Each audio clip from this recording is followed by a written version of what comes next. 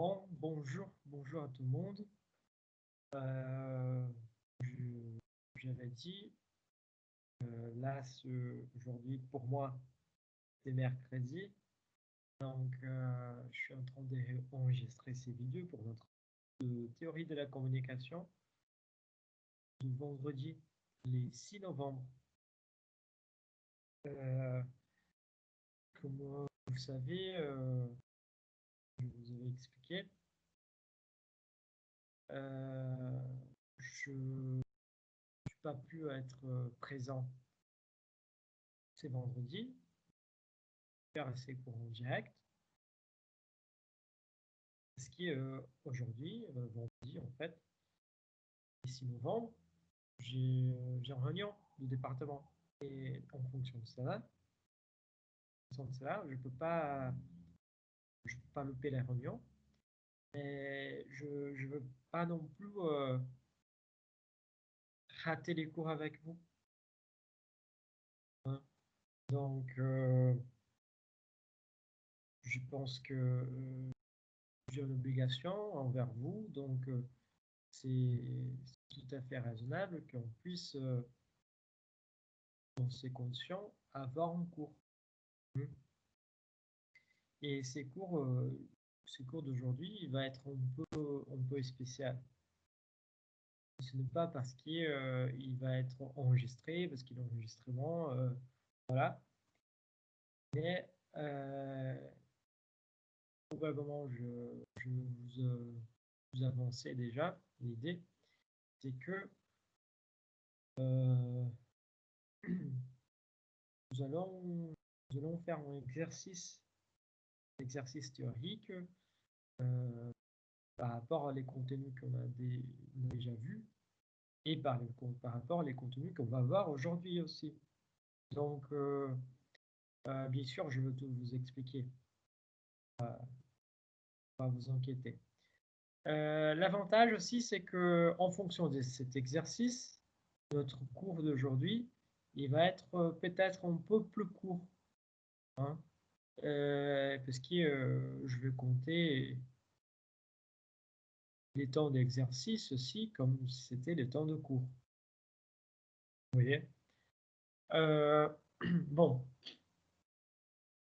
je vais d'abord expliquer un peu comment va se passer l'exercice. Et après cela,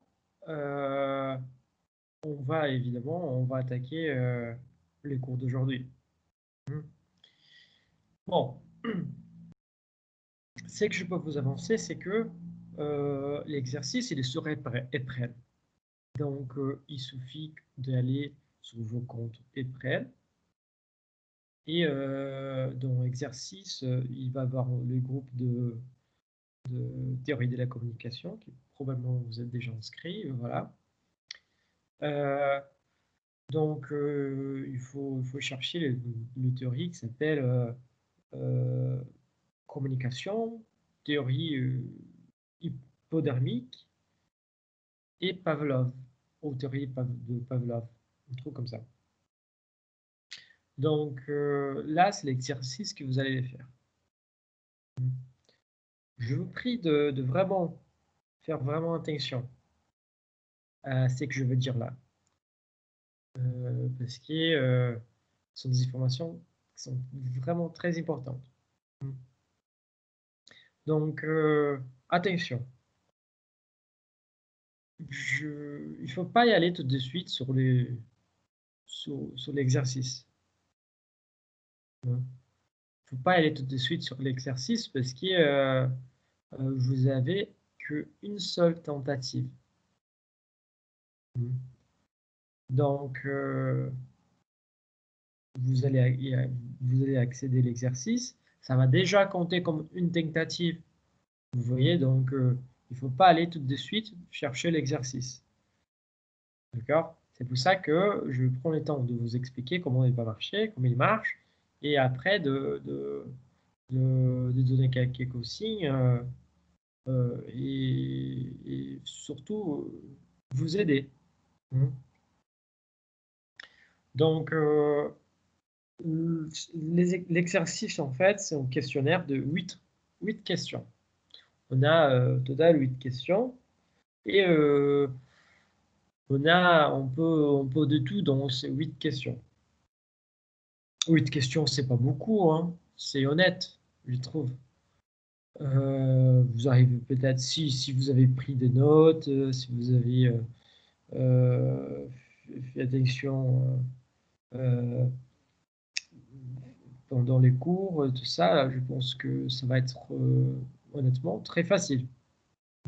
Parce que si vous vous souvenez des choses, voilà, question de 10 minutes, l'exercice, les 8 exercices sont faits, hein. Donc vraiment, vraiment, il faut pas courir, vous avez du temps. D'accord? Donc, vous avez un exercice sur les groupes de théorie de la communication sur April qu'il ne faut pas aller voir tout de suite parce que vous pouvez y accéder qu'une seule fois. À partir du moment que vous accédez, il faut que vous soyez sûr du contenu, que vous soyez sûr que vous êtes prêt. Et parce que vous allez répondre 8 questions et que vous pouvez les répondre qu'une seule fois. Ça, c'est très, très important. Il faut vraiment que vous gardez ça en tête. Bon. Donc, j'ai choisi de ne pas vous montrer la note à la fin de vos réponses, mais dès que tout le monde a répondu, je veux partager avec vous vos notes. D'accord? Ça, c'est à voir encore de façon individuelle ou pas. Voilà, vous allez voir. Voilà. Si je vais afficher au tableau, ça c'est, on va voir. Bon, dites cela, quelques sont des consignes générales, hein.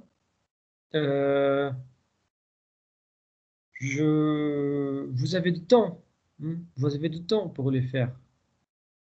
Ça veut dire qu'il n'est pas chronométré, hein. C'est pour ça, d'un côté, je suis méchant de faire l'exercice, de le présenter comme ça, de vous laisser une seule tentative, et en plus de vous laisser, de vous expliquer comme ça, hein. Euh, mais par contre, hein, vous avez une semaine pour les faire. Ça veut dire qu'il va être disponible pour que vous puissiez vous préparer jusqu'au, je vais vérifier le jour, jusqu'au midi, jusqu'au midi du 13 novembre. Du coup, il faut encore une raison pour que vous n'ayez pas tout de suite, hein. Bien sûr, l'exercice est déjà là, hein. À partir du moment que vous regardez ces vidéos, l'exercice est déjà là, il est déjà prêt. Si vous êtes prêt, vous pouvez tout à fait les répondre, hein. Mais par contre, je vous laisse quand même une tentative et jusqu'au 13 novembre, midi 13 novembre, pour répondre les questionnaires. D'accord?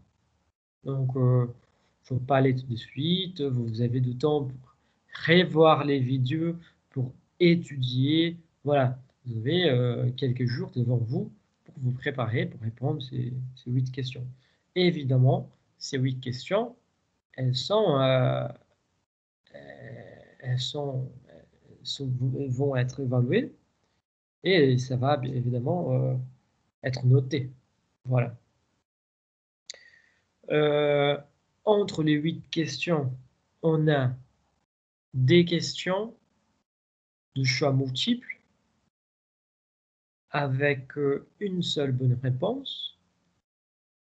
Il y en a des questions aussi de choix multiples avec 2 bonnes réponses. Donc, évidemment, les questions qui ont 2 bonnes réponses, j'ai bien essayé de montrer qui avait 2 bonnes réponses. J'ai mis un petit commentaire en bas de la question en disant choix multiple, 2 bonnes réponses. Du coup, les questions vous les allez trouver marquées choix multiple, 2 bonnes réponses, ils vont avoir 2 bonnes réponses. Ça veut dire, c'est-à-dire 2 cases cochées. Voilà. Hein, c'est pas compliqué. Vous avez déjà fait de tests. Hein. C'est pas un test, mais un exercice. Voilà. Bon. Une autre chose, il y a un troisième type de questions. Ce troisième type de questions, c'est un type de questions qui vous devrez remplir les espaces. Par exemple, je vais demander quelque chose, et là, vous allez devoir écrire exactement ce que je vous dis, ce que je vous avais dit, ce que je vous ai dit. Voilà. C'est que je vous ai dit. Donc, pendant les cours, évidemment, hein, aucune chose qui je vous demande dans cet exercice n'était pas dans les cours. On n'était pas discuté, on n'a pas abordé, voilà. Tout ce que je demande dans cet exercice est dans nos cours. C'est pour ça que, encore une fois, je vous conseille, même si on va faire un petit récapitulatif aujourd'hui, pour pouvoir avancer dans les théories qui va être aussi présente dans cet exercice, va être aussi demandé dans cet exercice.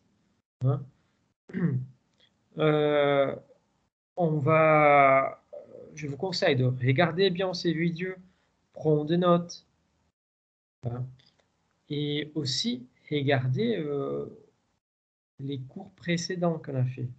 Prendre quelques notes, voilà. Je vous conseille vraiment, parce qu'évidemment, il y aura des questions que pour les répondre, il va falloir consulter les vidéos précédentes. Mais comme je suis une bonne personne, je ne veux pas vous embêter et j'ai décidé de faire aujourd'hui un petit récapitulatif de ce qu'on a déjà vu, de quelques points importants et aussi de ces contenus, de ce nouveau contenu qu'on doit voir et qu'il va être présent aussi dans cet exercice. D'accord? Bon, j'ai parlé de l'exercice, des 3 modèles de questions et que vous avez jusqu'au 13 novembre, jusqu'au midi du 13 novembre pour faire cet exercice. Donc, voilà. Vous avez du temps. C'est pour ça que je vous conseille de... Si vous avez des questions supplémentaires, vous pouvez m'envoyer un mail concernant l'exercice. Voilà. Et avant de les faire, parce que vous avez une seule tentative. D'accord? Donc, les trucs, ils sont j'ai configuré pour que l'exercice est prêt, il soit séquentiel. Ça veut dire que vous n'allez pas avoir toutes les questions dans une seule feuille. Vous allez avoir une première question. Et une fois répondu, vous allez passer à la suivante. Après, à la suivante, à la suivante, à la suivante. Voilà. Hmm.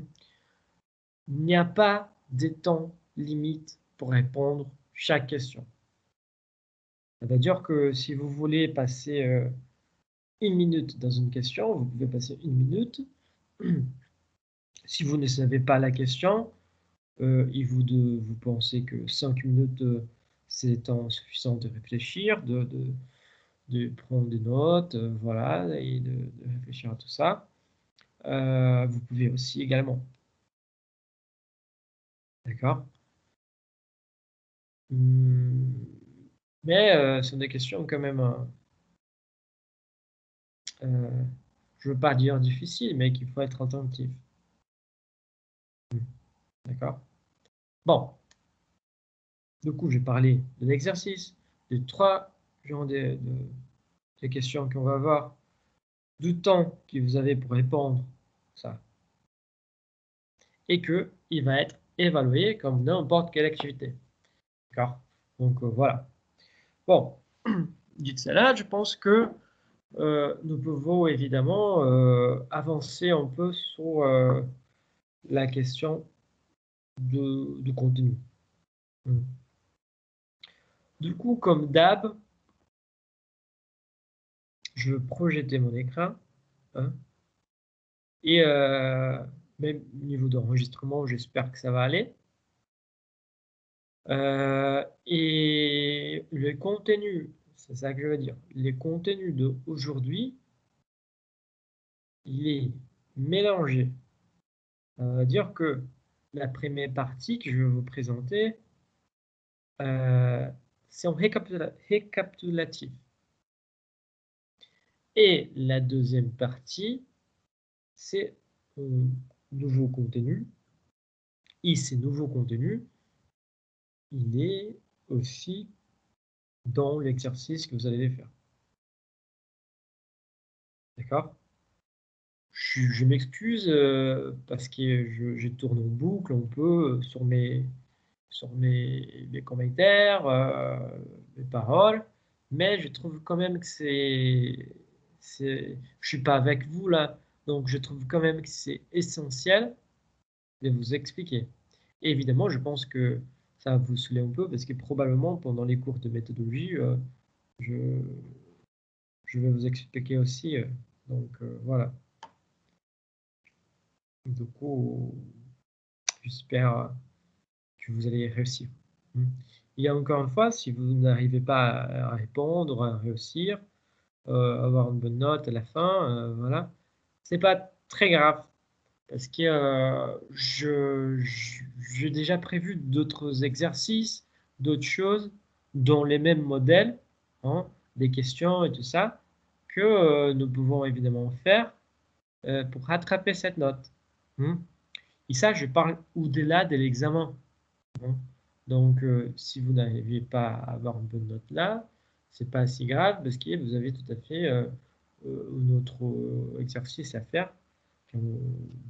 Après, peut-être avant l'examen, euh, pour pouvoir rattraper. Hein. Mais donc, voilà. Qu'est-ce que je... Voilà, je veux projeter mon écran et on va commencer alors avec notre récapitulatif.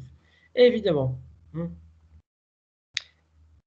évidemment que c'est en récapitulatif, donc moi je veux pas forcément, comment je peux dire, je veux pas forcément dépenser la même quantité de temps sur chaque thématique, parce que ce qui m'intéresse, c'est vraiment la nouvelle partie. Parce que c'est qu'on a déjà vu, on a déjà vu. Si vous voulez consulter, il a les vidéos sur YouTube, vous avez les liens. Voilà. Sinon, il suffit de chercher par mon nom sur YouTube que vous allez trouver ma chaîne. Voilà. Vous n'êtes pas obligé de s'abonner, hein. Voilà. Mais c'est une chaîne que je fais juste pour ces cours-là, cette année assez compliquée en fonction de la Covid. Mm. Bon, comme je vous ai expliqué, c'est en récapitulatif. Donc, on peut commencer par l'idée de la communication comme on avait présenté, hein. On avait présenté là que, en fait, la communication est l'ensemble d'interactions avec autrui qui transmettent une quelconque information. Il s'agit donc aussi de l'ensemble des moyens et techniques permettant la diffusion du message auprès d'une certaine audience. Donc, voilà, on a déjà vu cette concept, concept, concept ces concepts de communication. On avait dit aussi que, par exemple, la communication, c'était fondée sur l'interaction. Et que cette interaction, elle pouvait être aussi, on dit, quelconque, autrui, voilà. Mais la communication, aujourd'hui, on sait très bien qu'il n'y a pas qu'une communication figée, une sorte de communication établie, figée, on peut quand même être clair et assumer la communication est une telle chose. Mais par contre, on sait que les individus, les choses, tout ça, tout ce qui nous entoure est susceptible de communiquer. Donc, une table peut communiquer, hein. Notre smartphone il peut servir de moyen de communication et lui-même peut communiquer. Voilà. Donc, la communication, la communication, on va dire que elle a, c'est pas comment qu'elle la marche, hein, mais elle se réalise, elle se concrétise à partir de plusieurs acteurs. Vous voyez? Donc voilà. On a parlé aussi aujourd'hui on voit trois types de communication, hein, qui la source peut être notre être humain en face de nous et à cette genre ce type de communication on appelle de communication directe, hein. Et on a vu aussi que s'il y a un support, s'il y a une sorte de médiation, de moyens, pardon, des moyens que l'on utilise pour communiquer avec une autre personne, du coup, on parle plutôt d'une communication médiée ou d'une interaction médiée. Voilà. Il y a aussi un troisième type d'interaction qui c'est la case-interaction médiée. C'est cette case-interaction médiée est exactement la communication de masse, hein. Parce qu'on n'a pas on ne sait pas exactement à qui on va attendre avec cette communication. Bon. On a parlé évidemment de la théorie hypodermique qui a eu comme père, on va dire, comme tête initiale Harold Laswell. On profite de, on profite des élections américaines aussi pour travailler l'accent américain, hein. Harold Laswell. Voilà. Donc, et du coup, la théorie hypodermique, c'est la première théorie de communication on a vue, hein. Euh, on a, on a pensé, avant de la théorie hypodermique, en fait, on a parlé aussi de la distinction entre communication, information, hein, que ce sont des éléments très importants et aussi, on a aussi consacré un cours entier à la distinction entre l'information et l'hypothèse, hein. Donc, à partir à partir de cette configuration qu'on a vue, on a essayé de mieux visualiser la communication, on a essayé de mieux visualiser les trois types de communication, la distinction entre ce que c'est information et ce que c'est communication, et évidemment ce que c'est hypothèse, parce qu'au bout du moment, la question elle est posée. Donc, et après, ensuite, nous allons passer alors à la théorie hypodermique. La théorie hypodermique, donc, on a fait une contextualisation, et cette théorie, elle était gravement développée, en fait, gravement développée. Elle était grave développée, non, mais elle était beaucoup développée entre les années 20 et les années 30, hein, 1920 et 1930, entre les deux guerres, ce qui est exactement les moyens, hein, les moyens de production et les moyens de communication, ils se sont agrandis, sont vraiment, ces domaines de la communication est vraiment poussé, était vraiment poussé au max pendant cette, cette époque-là. Donc, il suffit de voir la propre notion de propagande allemande, quoi. Donc, ça donne les contextes où les médias, ils deviennent vraiment très importants en fonction du rôle qu'ils exercent dans la société et pour la société, mais aussi pour les gouvernements. Donc voilà.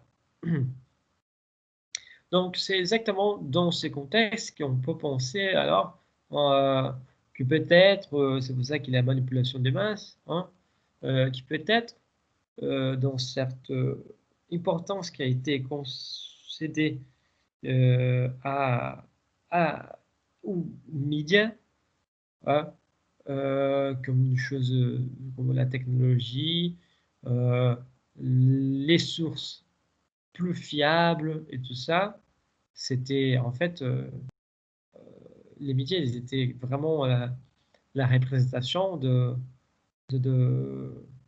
des dieux presque. Hein. Ils étaient tout puissants, on a vu, ils étaient tout puissants.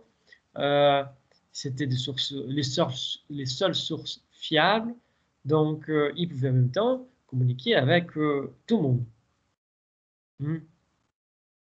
C'est pour ça que la théorie hypodermique donc, considère que les médias, ils ont cette capacité de pouvoir injecter les informations. Donc, sur les autres. Ça veut dire que si les médias disent écoute, Trump, pour profiter des élections américaines, Trump, c'est les méchants. Du coup, tout le monde va dire Trump, elle est méchant, Trump, elle est méchant, Trump, elle est méchant. Voilà. Donc, vous voyez, c'est ça. Par contre, ils peuvent tourner vers d'autres côtés. Biden va dire Biden, elle est méchant. Et du coup, Biden, elle est méchant. Voilà. Il y a un cas, il y a un cas assez curieux qui s'est passé en 1938, hein, qui est une émission radio et a reproduit un peu en forme de théâtre, hein, le théâtre de radio, voilà, la guerre des mondes. Et selon la légende, parce qu'on n'a pas de registre officiel, hein, selon la légende, les Américains, ils ont cru que les Martiens étaient en train d'attaquer la Terre. Donc voilà, comme vous voyez, les médias de masse, ou les mass médias, ils ont vraiment, en fonction de cette théorie, euh, ils ont vraiment un pouvoir de contrôle, de manipulation sur la population, sur les gens. Surtout quand ils sont les seuls, on va dire, les seules sources fiables. On voit ça que, on voit que les sujets de fake news reviennent tout le temps qu'on nous parle de ça. Parce qu'aujourd'hui, c'est l'inverse. Ça veut dire que on se méfie tellement, tellement des médias, de mass médias, qu'on va chercher des informations qu'on veut ailleurs. Et on commence à plus croire dans les mass médias, mais l'information qui vient d'ailleurs, ce n'est pas bonne aussi. Donc voilà, les fake news tournent tout autour de ça. Vous voyez les enjeux, c'est très intéressant. Tout ça, je vais déjà vous dire. Hein. Donc là, on voit que dans ces cadres-là, les mass médias, ils sont tout puissants. Selon la conception de la théorie hypodermique, les sujets, ils ne peuvent pas se défendre. Hein. Voilà. Bon.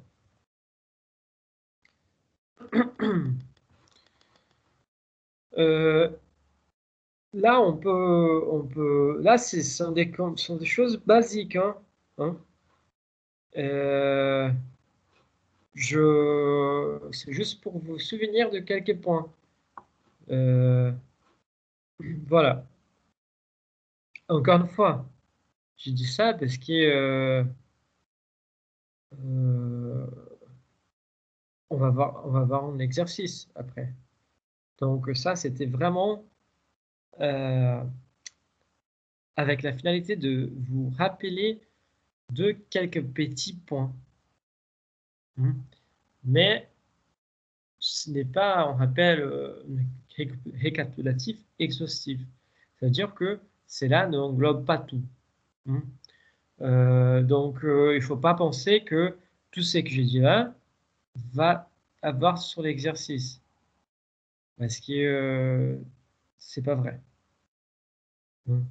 Donc, il ne faut pas croire que je suis naïf à ces points-là. Je vous aide, mais pas trop non plus. Donc, voilà. Bon. C'était alors dans ces contextes, vous voyez que là, on a parlé de les années 1920-1930. Mais c'était exactement dans ces contextes-là que la théorie behavioriste ou comportementaliste, elle a pu évoluer, elle a pu se développer. Hein. Je vais boire un coup de l'eau.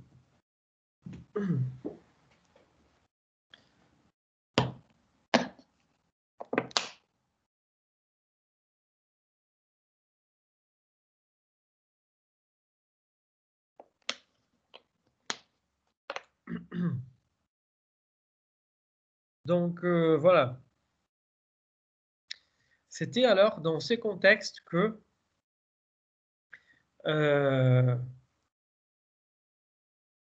les behavioristes, la théorie comportementaliste, elle peut se développer. Et ce que c'est intéressant, c'est que la théorie hypodermique, elle est à quelque sorte un mélange. Ça, c'est déjà une nouvelle partie. Ça, c'est déjà une nouvelle chose. Hein? Ça, c'est déjà un nouveau contenu. Vous n'avez pas vu ça. Hein? Du coup, faites attention. Ça veut dire que si formellement les behaviorismes étaient établis en 1913 à partir de la publication de l'article Psychology as the Behaviors Views écrit par John B. Watson. Et en 1920, on a la théorie, entre 1920 et 1930, on a la création, le développement de la théorie hypodermique. On peut voir que la théorie hypodermique, elle a beaucoup bu de la théorie behavioriste et comportementaliste. Parce que on avait vu que pour la théorie hypodermique, les médias étaient des êtres tout puissants. Et en fait, ça cale bien avec la perspective behavioriste parce que c'est une théorie psychologique qui ne s'intéresse pas aux procès mentaux. Au contraire, elle va exactement travailler, elle va exactement étudier les relations entre les stimulus et les comportements-réponses. Hein. Ça veut dire que si je tape sur la table, tout d'un coup, si je ne vous préviens pas, vous allez peut-être sursauter. Et évidemment que si on était dans la salle des courses, ça allait marcher bien meilleur. Mais je vais pas taper ici parce que mon chat il est à côté, il dort, donc je veux pas réveiller les pauvres. Mais ça va bien au-delà de ça. Hein. Ça va extrêmement bien au-delà de ça. Parce que la relation entre ce qui est le behaviorisme étude, qui c'est la relation entre les stimuli et le comportement réponse, ça passe évidemment pour les réponses naturelles, mais on dit aussi les réponses inconditionnées, mais aussi et surtout comment on peut activer un tel comportement, comment on peut activer une telle réponse à partir d'une telle situation, d'une telle problématique. Vous voyez, et là, c'est que c'est intéressant de voir, c'est l'écart historique qu'il a. Parce que, formalement, comme on vient de voir, en 1913, le behaviorisme a été établi formellement, et en 1930, John B. Watson a dit cette phrase dans le dernier point. Je vais essayer de lire, mais vous pouvez évidemment m'émouter pour quelques instants parce que je vais parler mon anglais qui ça fait un bon moment que je ne vais pas l'utiliser. Donc voilà. Donc en 1930, vous voyez, fin de l'époque de la théorie hypodermique, John B. Watson, il dit Give me a dozen healthy infants, well-formed, and my own specified word to bring them up in, and I will guarantee to take anyone at random and train him to become any type of specialist I might select. Doctor, lawyer, artist, regardless of his talents, pensions, tendencies, abilities, vocations, and race of his ancestors. Donc, c'est que, en gros, hein, vous peut-être vous parlez meilleur anglais que moi, mais c'est que vous êtes plus apte, on va dire peut-être, à les traduire. Hein, mais en gros, il croyait tellement dans cette possibilité de contrôler les comportements des gens et contrôler les réponses des gens à certains stimulus, il disait qu'il pouvait quand même créer, en gros, créer une personne. Vous voyez? Donc, il pouvait faire former quelqu'un pour devenir, c'est même pas pour devenir, parce que devenir, là, on peut de l'aléatoire, hein, dans l'histoire. Là, c'est vraiment pour être ce qu'il a choisi pour cette personne. Du coup, si tu me donnes quelqu'un, un enfant, qui a les deux bras, les deux jambes, qui n'a pas aucun handicap, hein, au niveau du cerveau, voilà.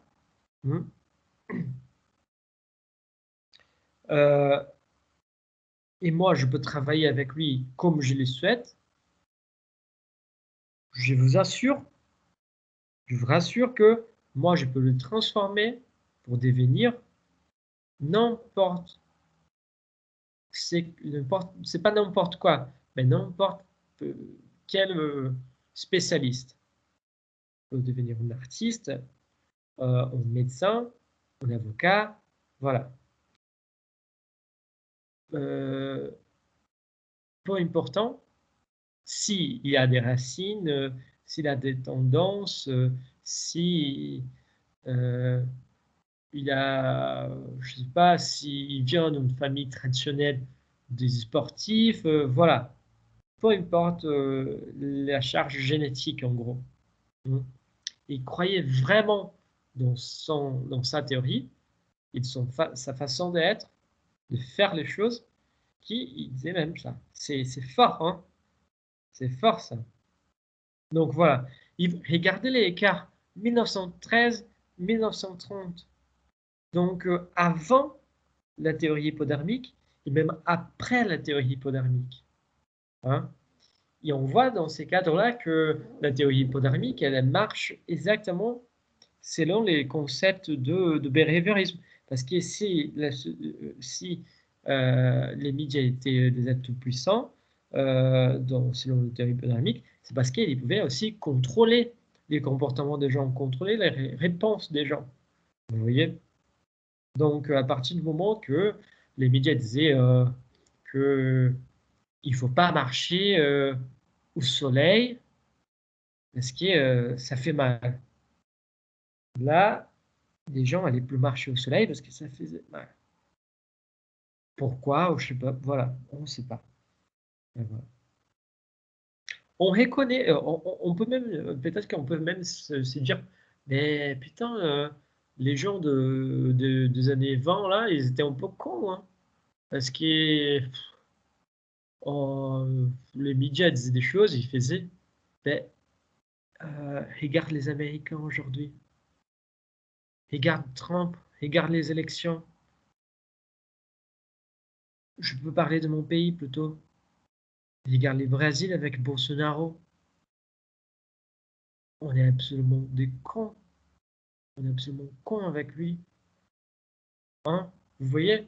Donc la même chose, il dit une chose, on va là et on fait. Hein? Pourquoi? Parce que ça revient à l'histoire de la théorie hypodermique. Que voilà, c'est ouf, comme l'histoire, elle nous montre que même une théorie ancienne et qui paraît un peu absurde, elle revient. Hein? Bon, c'est alors dans ce contexte qu'on peut parler de Ivan Pavlov, Hongrois. Hein? Son nom, c'est clair. À la base, il était physiologue, mais ça ne nous intéresse pas trop. Il faisait de la physiologie, voilà. Il étudiait la physiologie. Et ça, son histoire et tout ça, ça ne nous intéresse pas trop. C'est que notre intérêt, en fait, avec lui, c'est de voir comment il a aidé à développer la théorie comportementaliste et son propre rapport avec la théorie hypodermique. Parce qu'il faut se souvenir que la théorie comportementaliste, elle a commencé en 1913 et elle était toujours euh, dans son, on va dire, active, elle était toujours active, hein, même après 1930, c'est-à-dire après les climax de la théorie hypodermique. Voilà. Euh, et c'est dingue, parce qu'on voit que la théorie hypodermique, c'était vraiment une théorie de la propagande, euh, et elle était beaucoup utilisée par des extrémistes. Hein. Staline, vous voyez, Hitler, hein. On voit que les moyens de communication étaient contrôlés par les gouvernements, par ces gens-là, euh, et ils arrivaient quand même à obtenir des réponses des gens. Hein. Et on va voir que ces réponses étaient des réponses programmées. Parce que c'était Ivan Pavlov avec son développement de la théorie comportementaliste qui a réussi à trouver ces rapports. Hein. Donc, on a vu que lui, ce n'était pas le père de la théorie comportementaliste. Parce que c'était John B. Watson qui a créé les termes et qui a le fondé en tant que branche de la psychologie. Voilà. Par contre, lui, c'était les pères des expériences de la théorie comportementaliste et de la théorie de l'apprentissage humain. C'est ça que c'est intéressant. Et lui, donc, il devient un continuateur et un collaborateur de la théorie hypodermique en fonction de travail, des travaux qu'il a réalisés et de ses expériments, de ses expériences qu'il a fait. Bon, pour lui, il faut comprendre qu'il Ivan Pavlov, il classifie les cerveaux comme une boîte noire qu'elle ne peut pas, qu'elle ne peut pas être ouverte. En raison de cela, nous ne pouvons pas analyser que ce qui entre et ce qui sort du cerveau. Ça veut dire qu'on ne peut pas analyser les procès mentaux. On revient là. On revient à la théorie comportementaliste, théorie psychologique qui ne s'intéresse pas aux procès mentaux. Parce que pour lui, il est adepte. Donc il disait, je ne peux pas analyser. Voilà. Donc,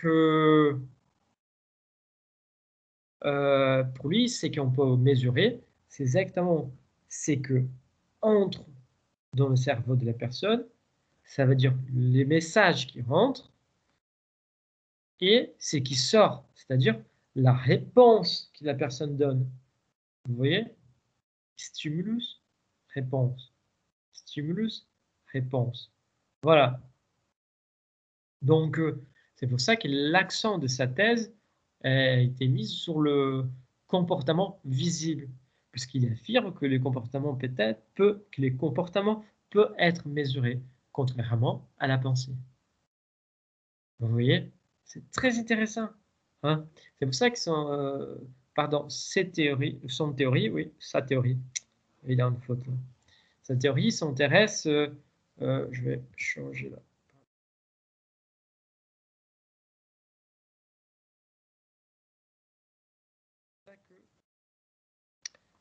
Voilà, je répartage, pardon.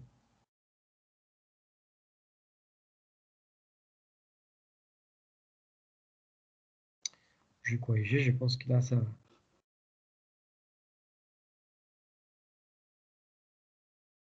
Du coup, on voit très très bien qu'en fait, ce qui entrait, c'était les messages, hein, les stimulus, et ce qui sortait, c'était la réponse. Et la réponse, c'est exactement les comportements. Il ne faut pas oublier encore une fois la théorie comportaliste. C'est celle qui étudie les relations entre les stimulus et les comportements-réponses. Donc les stimulus, c'est ce qui entre et ce qui sort, c'est la réponse. Vous voyez? Et les comportements qui c'est ce qui sort, c'est la seule chose qu'on peut analyser. Comment on sait que notre blague a été comprise? Comment on sait que notre blague a plu quelqu'un? Parce qu'on voit les comportements de la personne. Qui n'a jamais eu un copain ou une copine qui on faisait de petits jeux bêtes, genre de chatouiller ici, de chatouiller là, et voilà, tu chatouilles un peu, et la personne répond à une réponse. Tu chatouilles une autre, la personne a une réponse. Tu chatouilles un peu plus en bas, la personne, elle a une réponse différente. Donc, voilà, vous voyez, c'est ça. Et on commence à voir avec ça l'influence de la théorie de l'apprentissage, les stimulus-réponses. Hein. Voilà. C'est pour ça que cette théorie s'intéresse aux résultats d'un apprentissage dû à l'association entre des stimulus de l'environnement et les réactions, les réponses automatiques de l'organisme. Regardez bien, j'ai mis automatique parce que c'est que Ivan Pavlov va démontrer, c'est qu'on peut contrôler ces réactions automatiques. Hein. On peut vraiment avoir pris les contrôles, on peut vraiment prendre les contrôles de ces réactions automatiques. Vous voyez, donc c'est là qu'on va arriver. Par exemple, une chose bête, c'est que quand on est petit, ou moi au Brésil, je pense qu'en France c'est pareil, nos parents ils disent souvent attention, fais gaffe avec la prise, il faut pas mettre tes doigts dans la prise, ça fait mal, ça fait un bobo, voilà. Donc, et nous, on est têtus, des enfants, on est bêtes quand on est des enfants. Qu'est-ce qu'on fait? Ah, une prise, et voilà, ça fait mal, ça fait un bobo. Et c'est comme ça qu'on apprend que mettre un doigt dans la prise, ça fait vraiment mal. Vous voyez? C'est les stimulus et la réponse et la théorie de l'apprentissage. Hmm. Qui, suivant de la vie, on apprend qui est avec nos propres expériences. On ne peut pas apprendre des choses sans l'avoir vécu. Évidemment, on peut. Hein, évidemment, on peut. Mais c'est pour ça que, par exemple, la mathématique, elle est si difficile pour quelques-uns. Parce que la mathématique, au bout du moment, elle est concrète, mais à partir d'autres moments, elle n'est pas si concrète que ça. Parce qu'on doit commencer à faire des idées euh, on peut trop fort, on peut trop pousser, je veux dire, euh, des idées, on doit vraiment faire des abstractions, vous voyez. Donc, c'est pour ça que c'est compliqué. C'est pour ça que c'est la mathématique, à partir du moment qu'on doit faire des abstractions, la façon d'apprendre, c'est différent de la façon comportementaliste. Et c'est pas forcément naturel, mais c'est plus logique, c'est plus intellectuel, vous voyez. Et par là, je ne veux pas dire qu'une façon, c'est plus intelligent ou plus intellectualisé que l'autre. Euh, pour apprendre les deux, il faut être intellectualisé, on va dire. Hein. Soit si on est très fort sur une sorte d'apprentissage, pas les deux, hein, mais soit sur le behavioriste, soit sur l'abstraction de la mathématique, on est très fort déjà. Vous voyez, c'est pas parce qu'on sait qu'une façon on est bête, quoi. Mhm. Même parce qu'aujourd'hui, on sait qu'on a plus d'intelligence à développer. Hein. Et surtout aujourd'hui, l'intelligence émotionnelle. Donc voilà, il y a tout ça qui joue. Hein. Je vous préviens, hein, je vous préviens, les prochains diapos, il contient une image qui peut choquer quelques-uns. Je vais vous décrire l'image. Et après, si vous voulez regarder l'image, vous pouvez la regarder. Si vous ne voulez pas regarder, il suffit je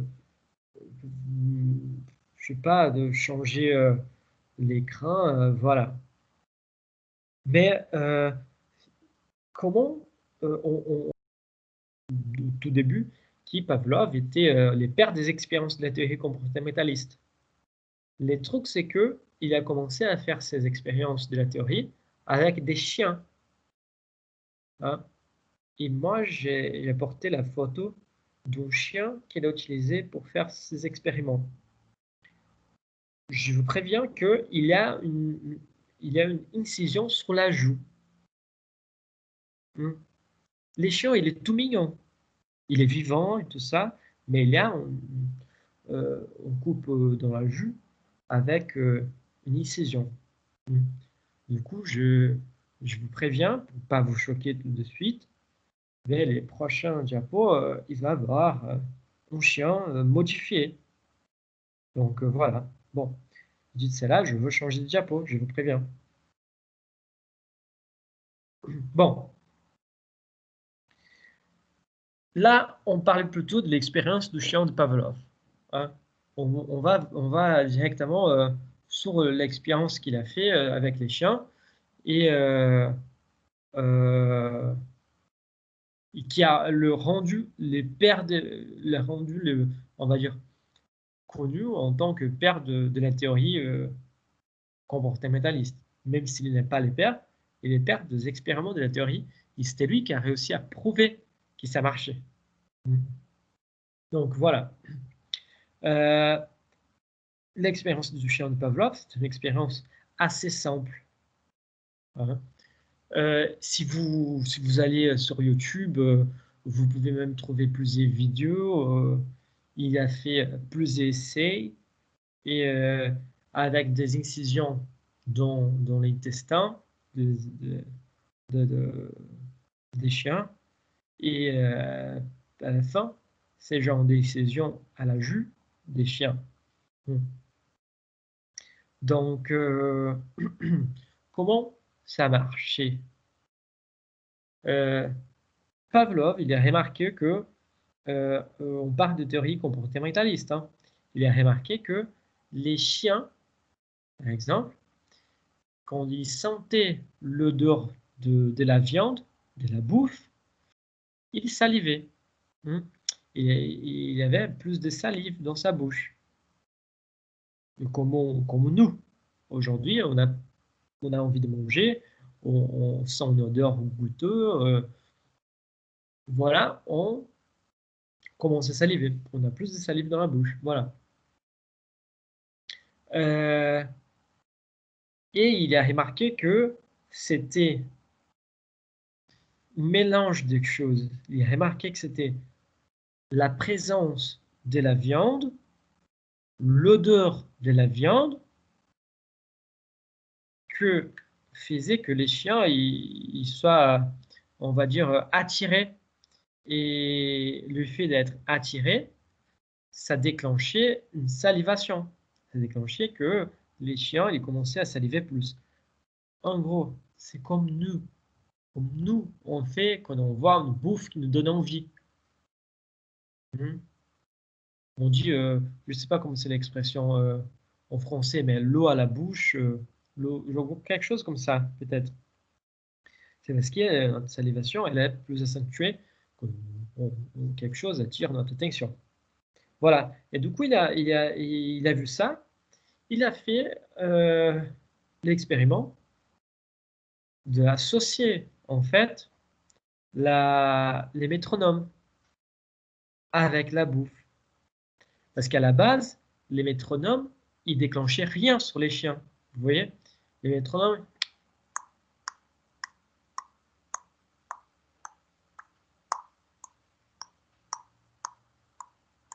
voilà. Le métronome, l'instrument, c'est compter les temps, il prend le rythme de la musique, par exemple. Donc, ça ne déclenche rien, absolument rien dans les chiens. Et du coup, qu'est-ce qu'il a commencé à faire? Il a mis cette incision dans la joue du chien, qui en fait c'est dans la joue, mais c'est pour récolter la salive. Vous voyez? Et après, avec cette récolte, en fait, il pouvait mesurer autant que les chiens avaient salivé. Voilà. Du coup, d'abord, il a présenté la viande euh, et il a mesuré la salivation. Il a eu une quantité grande. Voilà. Après, il a présenté les métronomes. Voilà. Les chiens, il n'y a pas réagi. Il n'y a pas eu de salivation. Qu'est-ce qu'il a commencé à faire? Du coup, il a commencé à présenter la viande avec les métronomes. Viande, pardon, viande plus métronome au chien. Et du coup, il a viande. Et les chiens, évidemment, il avait plus de salivation dans sa bouche. Et là, il a mesuré, parce que voilà, il a mesuré, il a vérifié que les chiens avaient plus de salivation en raison de la bouffe qui était présentée, de la viande qui était toujours là. Donc voilà. Et après, à un certain moment, il a enlevé la viande. Et après quelques temps, il a activé le métronome. Bien sûr, après quelques temps d'expériment, il a activé les métronomes. Les métronomes qui n'y avait au départ rien à voir avec sa bouffe faisait les chiens saliver. Augmenter la salivation du chien. Voilà, il y avait plus de salive. Parce que les chiens associaient les métronomes, les bruits des métronomes, avec la viande. Après un certain temps, les chiens, s'ils ne présentaient pas après un certain temps, ça continuait à marcher, hein, mais après plus de temps, ça ne marchait plus parce qu'il n'y avait pas le vrai stimulus. Hein. Donc voilà, il n'y avait plus cette relation, l'association entre une chose et l'autre a été coupée. Du coup, il y a aussi il y a le renforcement qu'il faut le faire pour que les chiens ils arrivent toujours à garder cette relation entre les stimulus et la réponse. Mais la théorie de l'apprentissage, la théorie behavioriste de Pavlov, elle va travailler exactement dans ce sens, en disant que on peut contrôler la réponse et on peut introduire un stimulus qui n'était pas prévu d'abord, associer les deux et après déclencher une réponse dans une autre personne, dans cette personne. Hein. Pourquoi des fois on a peur et en fait, les expériences de Pavlov ne se sont pas résumées là. Hein. Il a fait des expériences avec des singes, mais c'était pas très incisif comme cela. Il n'a pas coupé les singes, mais les singes arrivaient à distinguer, par exemple, la vitesse du métronome. Du coup, si le métronome allait plus vite, il avait une petite bouffe qui sortait,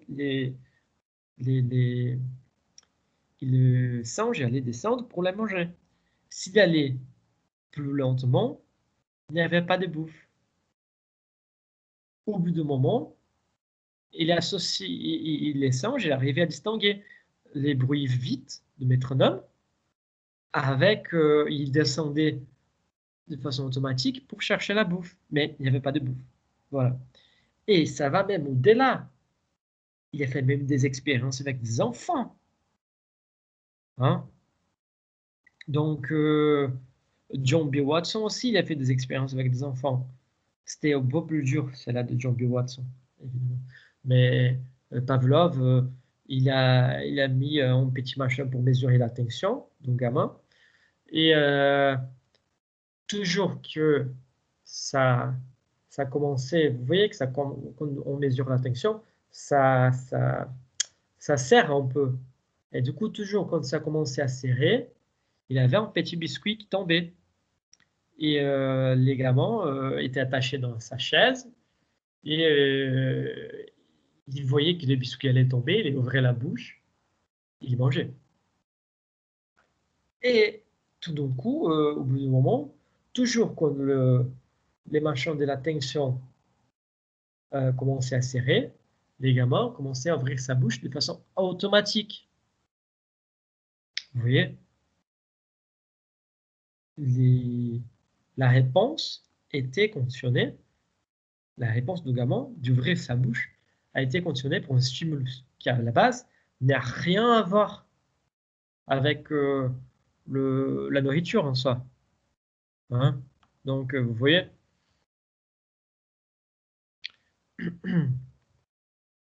c'est dingue, hein, c'est très intéressant. Bon, avec cela, on a passé 1 heure de cours déjà. Hein. Mais avec cela, il y a je pourrais vraiment raconter plusieurs expériences, mais c'est pour illustrer. Hein. La base est toujours la même. Peut-être que dans les cours qu'on va faire, les prochains cours, je peux vous raconter l'expérience de John B. Watson avec un enfant qu'il a dû arrêter parce que c'était trop fort pour l'enfant. Mais vous voyez, c'était une chose. Oh, si vous pouvez chercher sur Internet l'expérience du petit Albert. Hein. Donc, C'est dingue. Voilà. Heureusement qu'aujourd'hui, la science a évolué un peu. Bon, je pense que vous avez bien compris l'essence du truc, de l'expérience. Et donc, avec cette expérience-là, il a, il a remarqué qu'il a, en fait, il a construit un schéma qui travaille avec cinq variables. Mhm. Euh, juste une seconde.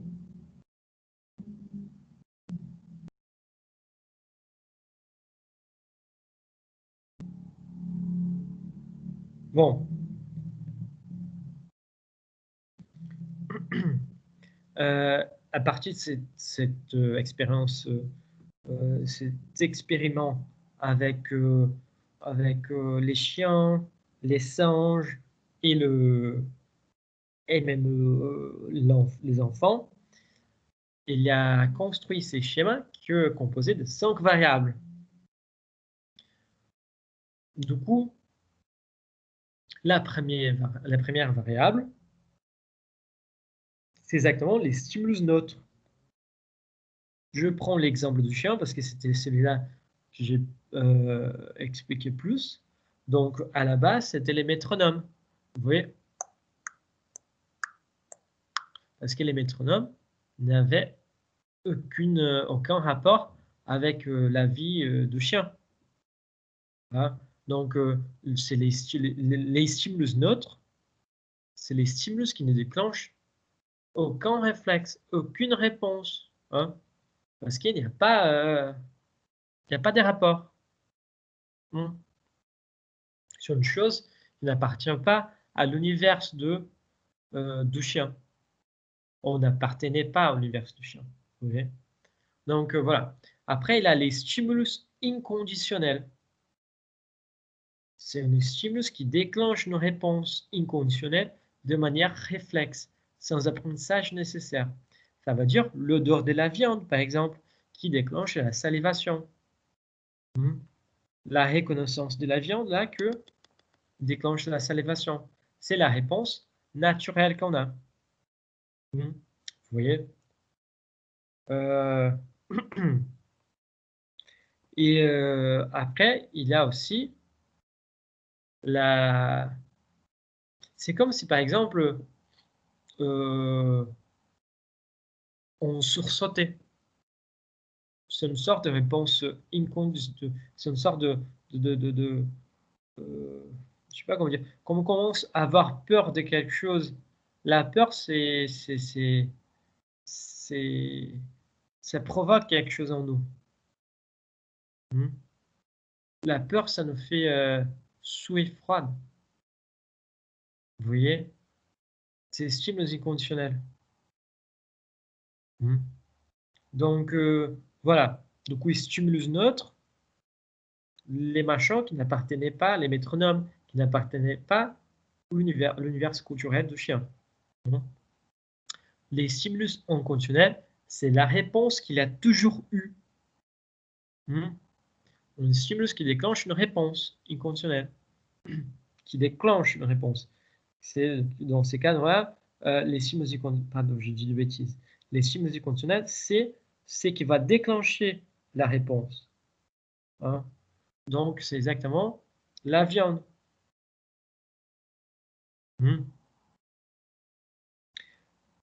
Les gens qui ont peur de clous, de chiens, de je sais pas quoi, ça, c'est très intéressant pour les étudier.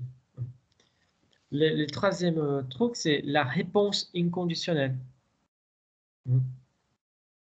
C'est exactement la réponse déclenchée par un stimulus inconditionnel de manière réflexe, sans apprentissage nécessaire. Ça veut dire que là, c'est la salivation après avoir vu la viande.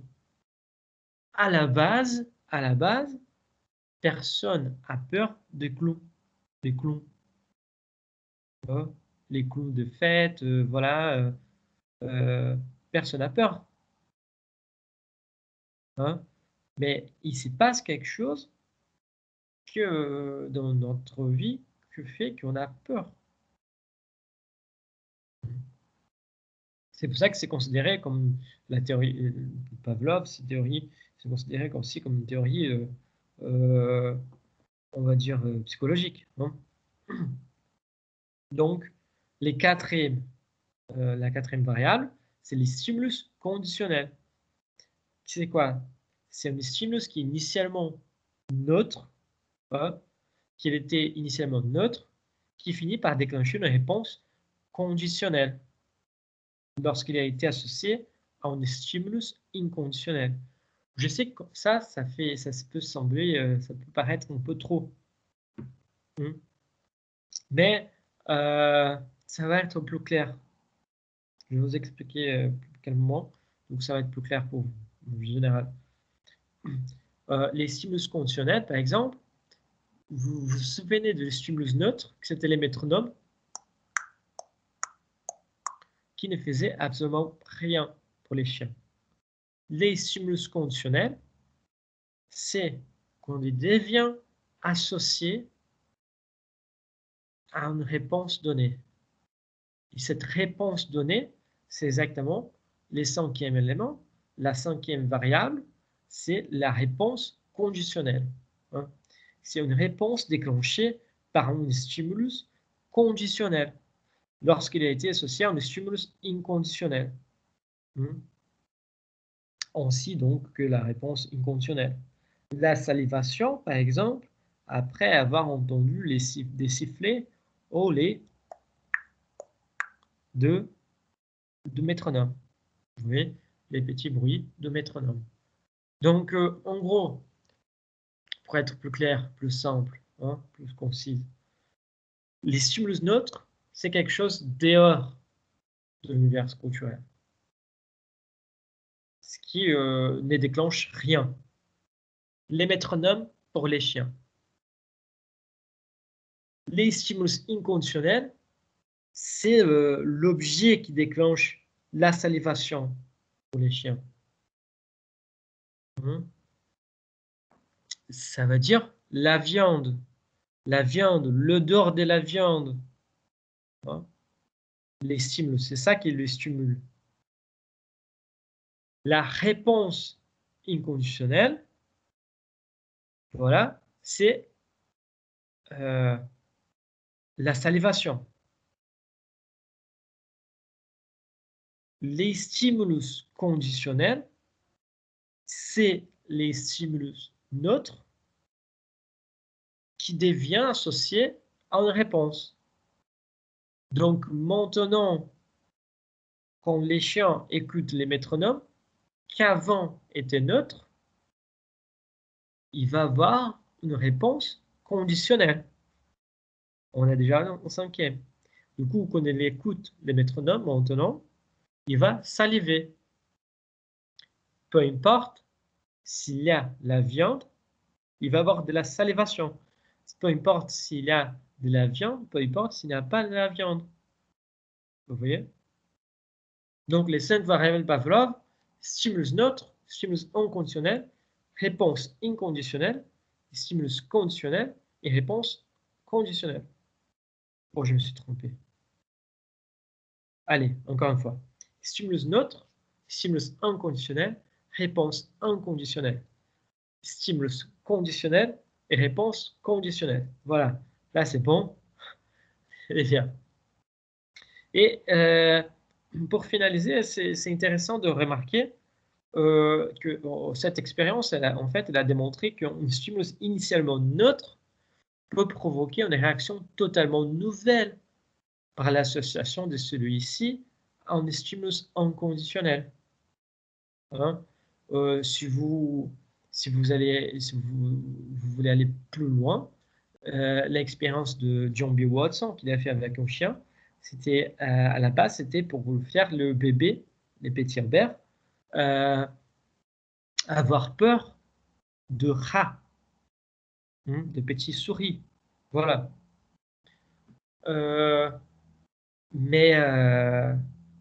Et du coup, il les mettait en contact avec les petits souris. Mais quand il les mettait en contact avec les petites souris, il frappait fort derrière lui dans un machin de métal Et ça résonnait et ça lui faisait sursauter, il flippait, il commençait à pleurer. Voilà.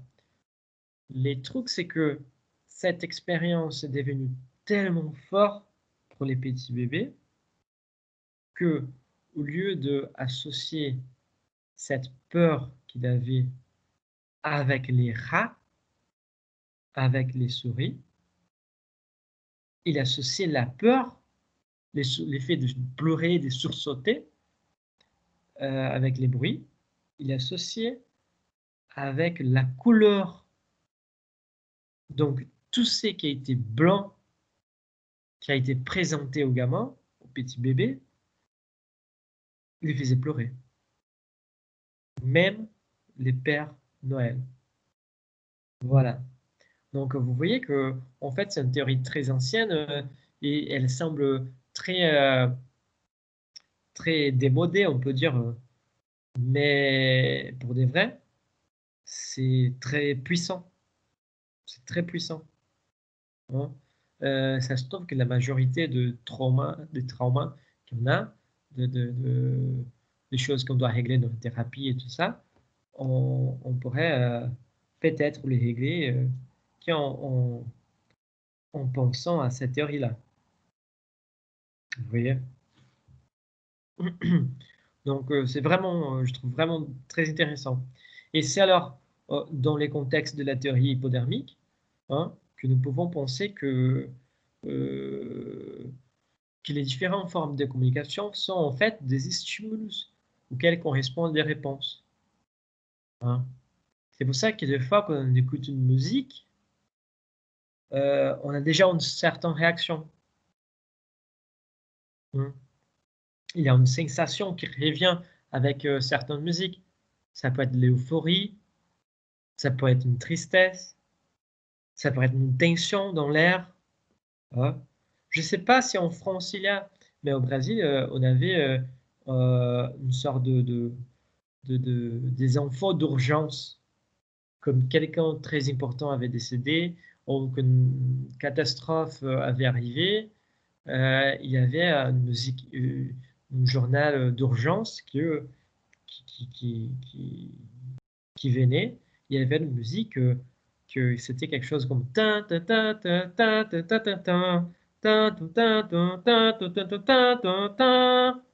et donc il suffisait d'écouter cette musique, notre corps il commençait à battre plus vite parce que nous on avait une réponse déjà conditionnelle. Une musique qui à la base ne faisait rien, c'était à la base un stimulus neutre, elle est devenue une, un déclencheur, ça veut dire un stimulus conditionnel, et nous arrivait à laisser plus tendu, hein, donc appréhensif, tout ça, parce qu'on savait que quelque chose bah, pourrait se passer. Bon. Euh, là, on peut aussi penser que l'évolution de la société moderne semble nous conditionner dans tous les aspects de notre vie quotidienne. Ah, juste une seconde.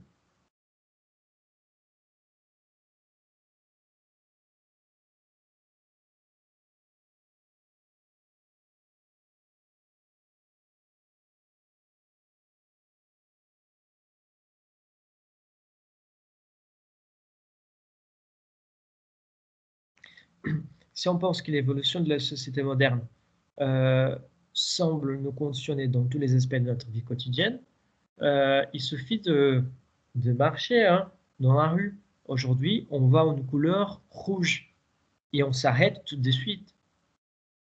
On va en couleur vert et on sait qu'on peut passer. Mais vous voyez, c'est bizarre.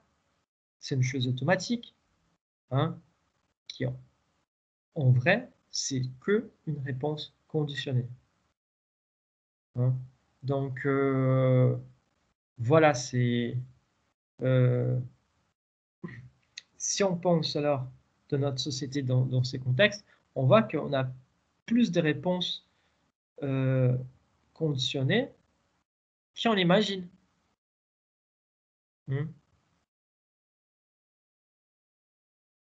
Donc, voilà, c'est une question à réfléchir. C'est une question à réfléchir que moi, j'aimerais bien prendre en compte avec vous lors de notre prochain cours. Hein. Bon, de toute façon, je vous invite encore une fois à reprendre les cours précédents, à bien les regarder, à prendre des notes, même prendre vos propres notes, étudier les cours précédents, étudier ces cours-là qu'on vient de voir, et le behaviorisme, le comportementalisme, les expériences de Pavlov, les 5 variables de Pavlov. Hein, et ce qui est comme ça, si vous reprenez les cours et prenez des notes, je suis sûr que vous allez arriver à s'en sortir au moment de l'exercice. Donc voilà. J'espère que tout va bien se passer dans vos exercices, que vous allez quand même arriver à s'en sortir. Sinon, moi, j'ai l'impression que je peux vous laisser déjà. Je reviens vers vous, donc juste pour dire merci beaucoup encore pour ces cours. Et à la prochaine. Et n'hésitez pas à m'écrire si vous avez des questions complémentaires, en sachant que nous allons débattre encore un peu plus sur les conséquences de la théorie hypodermique et sur les conséquences de la théorie de Pavlov dans la société actuelle. D'accord? Bon, merci beaucoup de m'avoir écouté. J'espère que vous avez passé quand même un bon moment. J'ai dit à la prochaine. Salut, au revoir.